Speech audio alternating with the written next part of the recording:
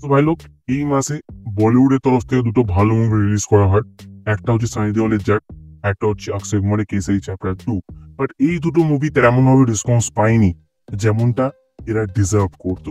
যে কারণে বলিউড এইবার এটার বদলা নিতে নেটফ্লিক্সে জুয়েল থিপ নামক একটা মুভি রিলিজ করে। অ্যান্ড এই মুভিটা এতটাই ভালো যে তুমি ভালোভাবে খুঁজলেও এর ভেতর ভালো দিক খুঁজে পাবে না। কারণ এই মুভিটা নিজের সব ডিপার্টমেন্টে এতটাই ডাম যে স্ক্রিন প্লে, এর রাইটিং, এর পারফরমেন্স, এর ভেতর থাকা যে গান, ইভেন যে স্টোরি, সব জায়গাতেই মুভিটা এতটা খারাপ যে এই মুভিটার সামনে খারাপ শব্দটাও ছোট লাগে। আর যদি এই মুভিটা থিয়েটারে রিলিজ হতো তাহলে তোমাকে ডেফিনেটলি আমি এই মুভিটা সাজেস্ট করতাম যে তুমি যাও গিয়ে থিয়েটারে দেখো, আরামসে 2 ঘন্টা এসির মধ্যে ঘুমাও।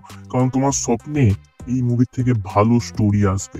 কারণ এই মুভির স্টোরিটা যদি কথা বলি তাহলে এখানে একটা হিরে আছে যেটার মার্কেট প্রাইস হচ্ছে 500 কোটি।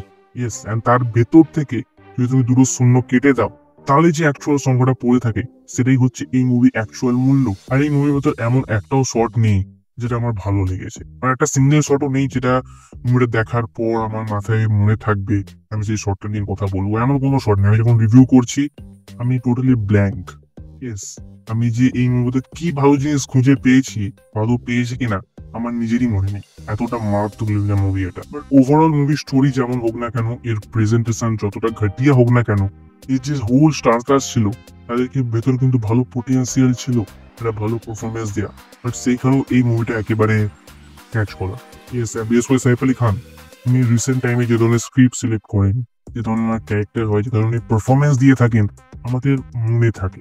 বাট এই মুভির ভেতর উনি এতটা ঘটিয়া পারফরমেন্স দিয়েছেন যে মনে হচ্ছে উনি ওনার ছেলের থেকে অ্যাক্টিং শিখে এসে এই মুভির ভেতর সেটা উগড়ে দিয়েছেন। এই মুভিটা বানানোর ডিসিশনটা ঠিক এমন ভাবেই নেওয়া হয়েছে যে ধরে নাও তুমি আর তোমার 3-4টে বন্ধু মিলে একসাথে বসে আছে, কিছু করার নেই, তোমরা বোর ফিল করছো, তার মাঝে হঠাৎ একটা বন্ধু বলে উঠলো যে চ ভাই একটু লুডো খেলে আসি।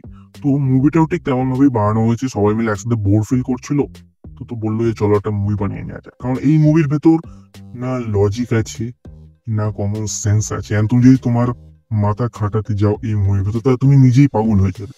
যে কারণে তুমি যদি অ্যাকচুয়ালি টাইম পাস করতে চাও তাহলে আমার ভিডিও আছে, আমি সানি দেওলের জাট মুভি নিয়ে কথা বলেছি, তুমি যাও গিয়ে সেই ভিডিওটা দেখে টাইম পাস করো। বাট এই মুভিটা হারগিজ দেখতে যেও না। এই মুভিটা থেকে যতটা দূরে থাকবে তোমার জন্য ততটাই মঙ্গল। বাকি তুমি আমার এই ভিডিওটা চেক আউট করতে পারো। এই ভিডিওতে আবার তোমার সাথে দেখা হবে।